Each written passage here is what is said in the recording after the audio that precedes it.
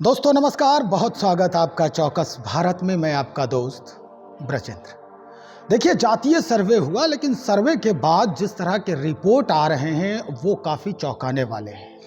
अगर हम प्रशांत किशोर की बात करें तो वो एक अलग मुहिम छेड़कर बिहार की यात्रा में चल पड़े हैं और लगातार कई ऐसे बयान दे रहे हैं जो आंखें खोलने वाली है।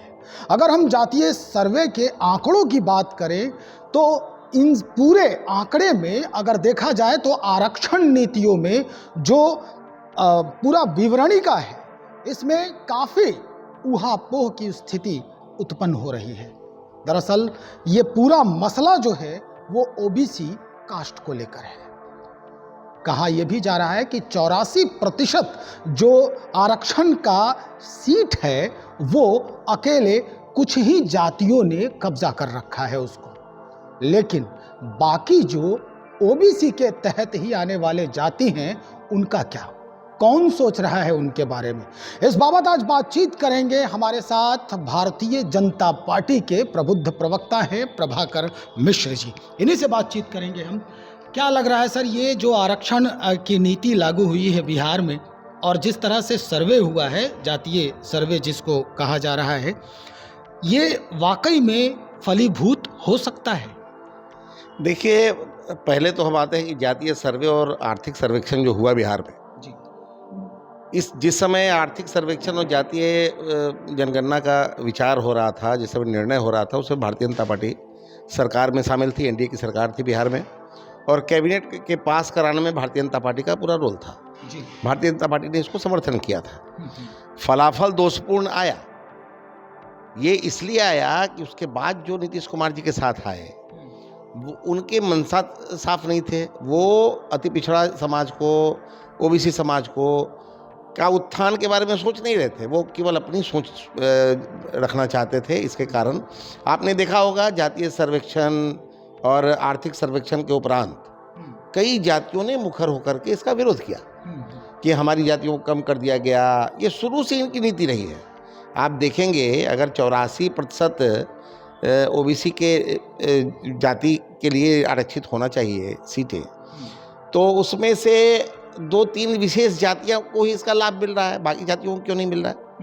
जो दोषपूर्ण नीति है बिहार सरकार की वो ये है कि आप शिक्षा वाला रिपोर्ट जारी किए, उसमें आपने बताया कि भाई 9% ही स्नातक हैं और 6% ही मैट्रिक पास हैं।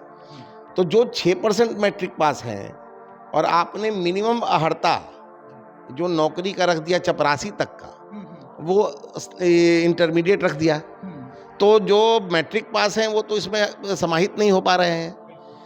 तो आपने देखा होगा कि जो शिक्षक बहाली का भी लोग 1,70,000 का निकाले, उसमें 1,22,000 माने अहर्ता प्राप्त लोग आ पाए। तो कुल मिला के जो इनकी नीति है वो स्पष्ट नहीं है, कैसे ये लोगों को समाहित करेंगे या आरक्षण का लाभ देंगे। इनकी नीति केवल कुछ जाति विशेष में सिमट के रह गई है। जिस जाति की संख्या 16% है उसको 48% नौकरी है, जिस जाति की संख्या 2% है उसको 18% नौकरी है। तो इस तरह के अगर कोई नियम नहीं बनाते, नीति नहीं बनाते हैं, तो जो जातियां हैं, आपको एक उदाहरण देते हैं। इथेनॉल का सर्वे हुआ था सामान्य प्रशासन विभाग का 2016 में। उस सर्वे में माली समाज की जाति दिखाई गई थी 13,15,000 और जो अभी जातीय जनगणना हुई उसमें 2,49,000 दिखा दिया गया। तो शेष जाति के लोग कहाँ चले गए?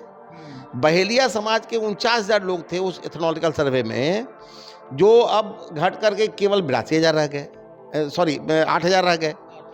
हाँ, 49,000 से 8,000 हो गए। और चंद्रवंशी समाज जो 31 लाख था वो 21 लाख पर आ गया। तो इतनी बड़ी गिरावट कैसे उन समाजों में आ गई जो अति पिछड़ा समाज के थे? इसका मनसा साफ नहीं है आपका। आप उनको किसी तरह का लाभ नहीं देना चाहते हैं। जो आर्थिक सर्वेक्षण और जातीय जनगणना हुई उसका उद्देश्य सिर्फ इतना था कि बिहार की सरकार उसके अनुरूप कल्याणकारी योजना बनाएगी, उस जाति विशेष को आर्थिक सबलता प्रदान करेगी, उसको मुख्य धारा से जोड़ेगी। इसके लिए केंद्र सरकार की तरफ से रोहिणी आयोग जो है वो भी बनाया गया था, हालांकि उस सर्वेक्षण का रिपोर्ट जारी नहीं हुआ है। वो भी जारी होगा, उसके बाद इनकी आंख खुल जाएगी। अभी जारी होने के पहले मैं उसके बारे में विशेष बताना नहीं चाहता, लेकिन वो भी जारी होगा। और अगर जारी हो गया तो इनके जो माने अति पिछड़ा पिछड़ा का जो भाषण ही देते हैं, करते तो परिवार के लिए।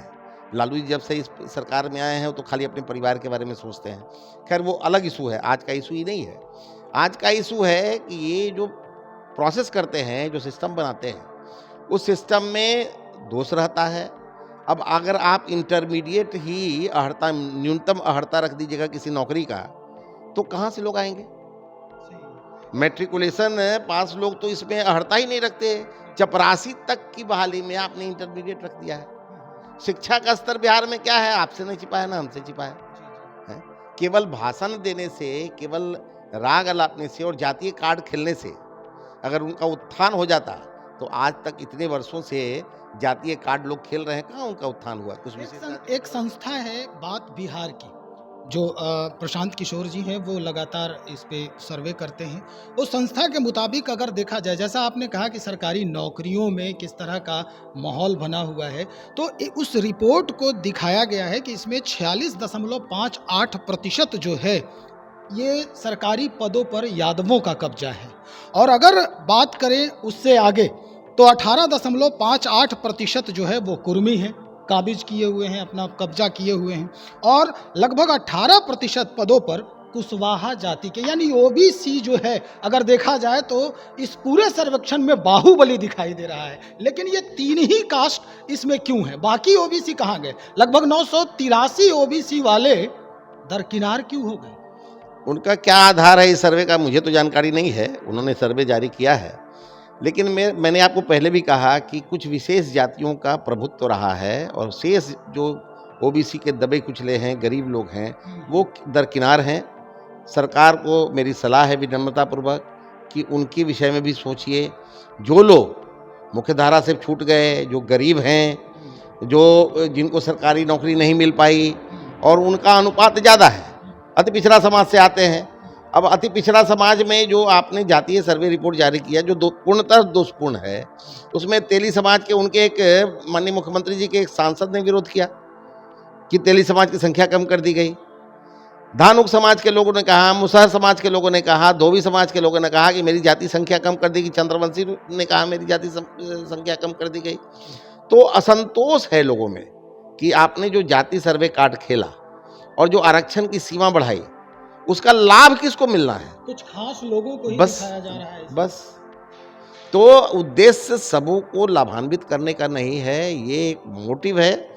इस मोटिव के तहत ये लोग काम जब सवाल सरकार से पूछी जा रही है कि भाई आप इस तरह से सर्वे क्यों कराएं, तो वो कहते हैं कि केंद्र सरकार क्यों नहीं करवा रही है, केंद्र सरकार करवाए, दूध का दूध पानी का पानी हो जाए। देखिए, हमारे माननीय गृह मंत्री जी का एक बयान आया था अभी हाल में।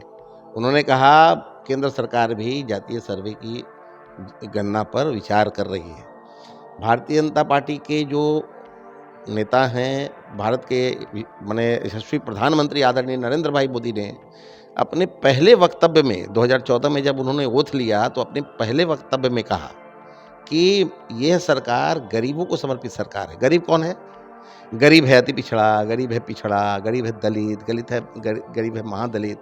तो बिना किसी जाति का नाम लिए हुए उन्होंने सबके लिए कल्याणकारी योजना की। आपको याद होगा, गरीब अभी हाल में ही 5 वर्ष फिर से अन्न योजना को बढ़ा दिया गया।